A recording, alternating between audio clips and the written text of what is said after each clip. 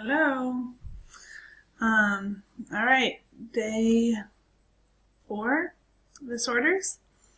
Today we're talking about schizophrenia, which is a pretty crazy disorder that is pretty bad.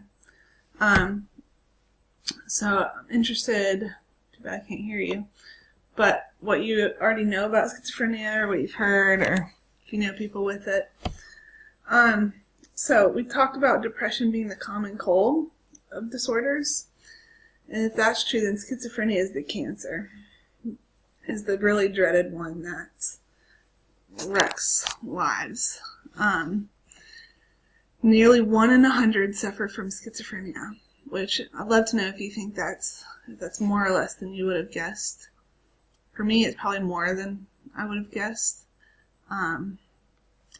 Anybody seen the movie down there, A Beautiful Mind, with Russell Crowe? It's a really good one. It's based on a true story, I'm pretty sure, about this college professor and genius who suffered from it. Go and Netflix it. Okay, so a couple interesting facts about it is that there's no national boundaries. There's no gender differences like mood disorders. 24 million people across the world are diagnosed with it, and it affects young people and old people alike. So really, unfortunately, it doesn't have a whole lot of predictors in that sense. Okay, so symptoms. There's basically 3 main symptoms, okay? And in general, it gets kind of the idea of a split mind. However, do not get that confused with like a multiple personality disorder. We're going to talk about that in the next lecture. It's not that. Okay, so here are your 3 symptoms, and we're going to go into detail about each one. But disorganized and delusional thinking, disturbed perceptions, and inappropriate emotions and actions. Okay? Alright, so the first one, disorganized and delusional thinking. So, I want you to read this.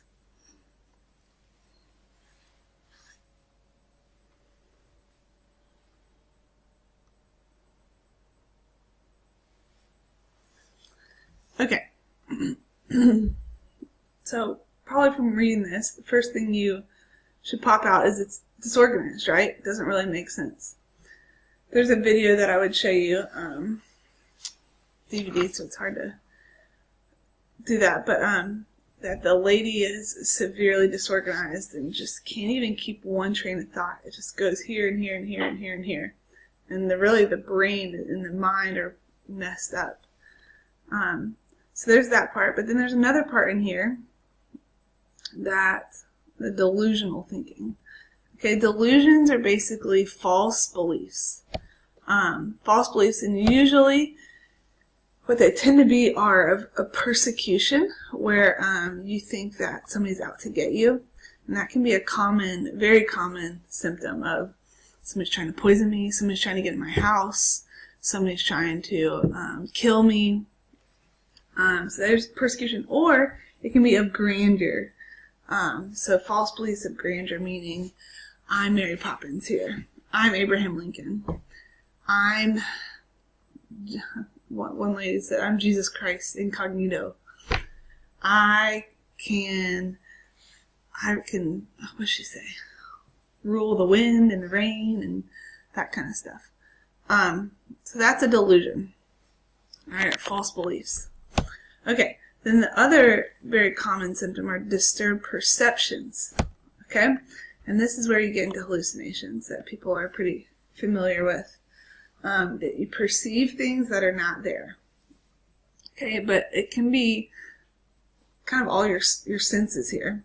It can be you see something that's not there, you feel something that's not there, like on your shoulder, someone's touching me. You taste something, and that can go with this soup is poisoned, right? That persecution, it's poisoned, I taste it. You smell things that aren't there. Now, it tends to be voices and noises. Those are the things, and seeing things. But it can kind of be all those. So those are perceptions. All right, and then the last category are inappropriate emotions and actions. And this can kind of manifest itself in different ways. So this says a schizophrenic person may laugh at the news of someone dying, or they may show no emotion. I think horror films have kind of played up on this of I'm laughing and people are dying and whatever. And that could be more of a psychopath kind of thing. This is just, the emotions just don't match up.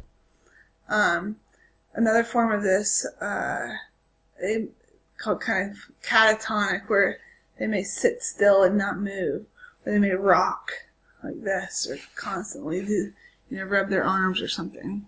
So that's the inappropriate action component of that. Okay, so those are your three main symptoms. In general, all right, they categorize these positive and negative. Okay, the positive symptoms. This is kind of like your learning chapter. It means you give, right? You have symptoms that are not present in normal people. Right. So what we just talked about, do they have that normal people don't have? Hallucinations, delusions, disorganized thinking. So you see that they have that. Okay, so positive, kind of like give, right? And then negative means they don't have it. So with learning, that was take away. So they have an absence of appropriate symptoms that are present in normal individuals. So we just kind of talked about, this kind of goes with the emotions. Apathy, they may not have, or they may have apathy when they should be caring about something. Expressionless faces, no emotional responses. But I want you to know the difference between positive and negative. All right? There's also kind of two types of ways that you get schizophrenia, chronic and acute. If you ever hear somebody say they have chronic pain, what does that mean? Constant, right? Constant pain.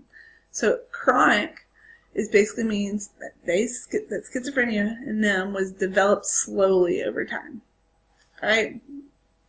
And slowly a couple years.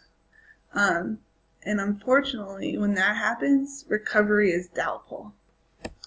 They have a lot of those negative symptoms. The opposite, though, is called acute, and basically means that it rapidly develops. And a lot of times what could happen there is a traumatic instance maybe might cause schizophrenia or something more specific. And so because of that, recovery is a little bit better. Because if it's so quick, then how do we get back to that start, right? And they have more of those positive symptoms, hallucinations and delusions. I had something else to say. I don't remember what it was. Okay. Now, subtypes.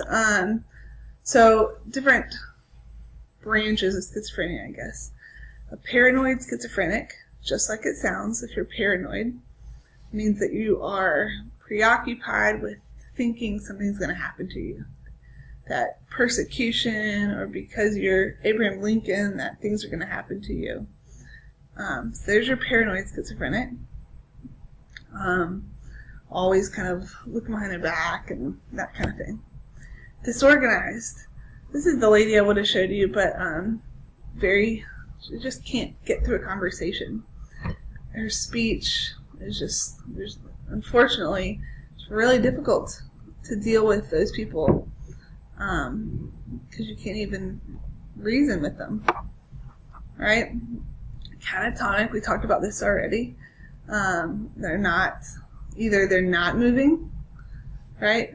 Or they've kind of got that rocking, parrot-like repeating of another speech. I don't know if you've ever seen or heard about that, but like, Marshall, like you're hearing things and you repeat it. Unfortunately, I think one of the places that comes to mind for me are homeless people. And a lot of homeless people deal with psychological disorders, and they can't get help for it, or they don't get help, and exacerbates that cycle. But I think of catatonic with homeless sometimes. And then you got undifferentiated, which just means that they're experiencing all different symptoms. And this is just residual. This is just meaning like after they have disappeared, they're still kind of withdrawn a little bit from society. So there's your subtypes. Okay? Alright, I think this is pretty fascinating. What is causing schizophrenia, or what have they noticed? Okay. In general, the brain is messed up, right? It's a disease of the brain, and it's manifested or it's exhibited by a messed up mind, right? So the brain is causing the mind to kind of be out of control. Okay, so some different things they've seen. One, dopamine. All right, dopamine, remember that? It's a neurotransmitter. So overactivity, too much dopamine. We talked about dopamine. Remember that movie Awakenings, where these people were kind of frozen and they couldn't move, and then the dopamine helped them function better from that paralysis kind of. So imagine that maybe an overdrive, which here, so overactivity. But so they noticed that. Now they've also they've seen abnormal activity in all different parts of the brain. The frontal lobe and the thalamus and the amygdala. Remember amygdala? That's fear and anger. And so think about the paranoid schizophrenic with fear. That's a big part of it. So kind of all over the brain. All right, and then if you look at this too, adolescent schizophrenic patients also have brain lesions. Remember what a lesion is? The destruction of brain tissue. So looking at these pictures, look at the tissue loss here with schizophrenics. So the brain literally is kind of dying there, or being destroyed. Okay, another random thing they found is that if you see that fluid-filled area in the middle of your brain, schizophrenics have more fluid-filled, more fluid there. It's an enlargement, so just an interesting component of that. This one scares me. So they have found out that they've linked schizophrenics to some people to a viral infection like the flu during the middle of their fetal development. That means the mom, right, getting the flu and somehow passing it on to their fetus in the womb, which always freaks me out, because that's something, I get my flu shot, but doesn't mean that it's gonna work. And so that's something out of your control. And for that serious of a disease to come from that definitely scares me. Okay. Genetics. Obviously genetics are huge. It just says that an identical twin is 50% more likely to get it if their twin has it. So there's a genetic component of it. Look at this. These sisters all suffer from schizophrenia. Isn't that crazy? And so anyway, this is saying psychological and environmental factors can trigger it. And so like a hugely traumatic situation, like you hear people on the streets where their whole family dies and they're left, or they're a Iraqi war veteran and something like that. So one of the clips you're going to see is a little girl who has it, which is just sad, right? And so the parents, I think, talk about at one point, well, how do they know? So here's some just kind of early warning signs with kids and older. But so obviously a mother's schizophrenia would be a warning sign, that genetic component. Birth complications, like a low birth weight or oxygen deprivation, which is scaring me now that I'm about to give birth. short attention span, so the kids that don't have very good attention span, and poor muscle coordination. Disruptive and withdrawn behavior, just very different. Different, okay, that's the wrong word. Different and withdrawn are two different ideas.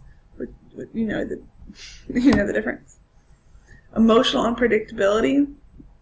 This girl that you see the parents talk about, her like scratching her herself, and just kind of huge mood swings. Poor peer relations and solo play. They talk about that too, about how she played very differently than her peers. Alright, so that's schizophrenia. There's some pretty cool videos here that I think you're going to watch, or that you are going to watch. One is a virtual reality of what it would kind of look like to see these hallucinations. One is a kind of a day in the life of the schizophrenic, and just how tiring that would be. And the other one is the little girl. So that is schizophrenia. Alright. There's definitely things, like I did a little review. What are the 3 categories of symptoms? What are delusions? Hallucinations? 3 subtypes. What's the difference between positive and negative? So what I would do here is, before you watch the video, see if you can just scribble down these answers and quiz yourself, and then go do that. Alright. We have one more day.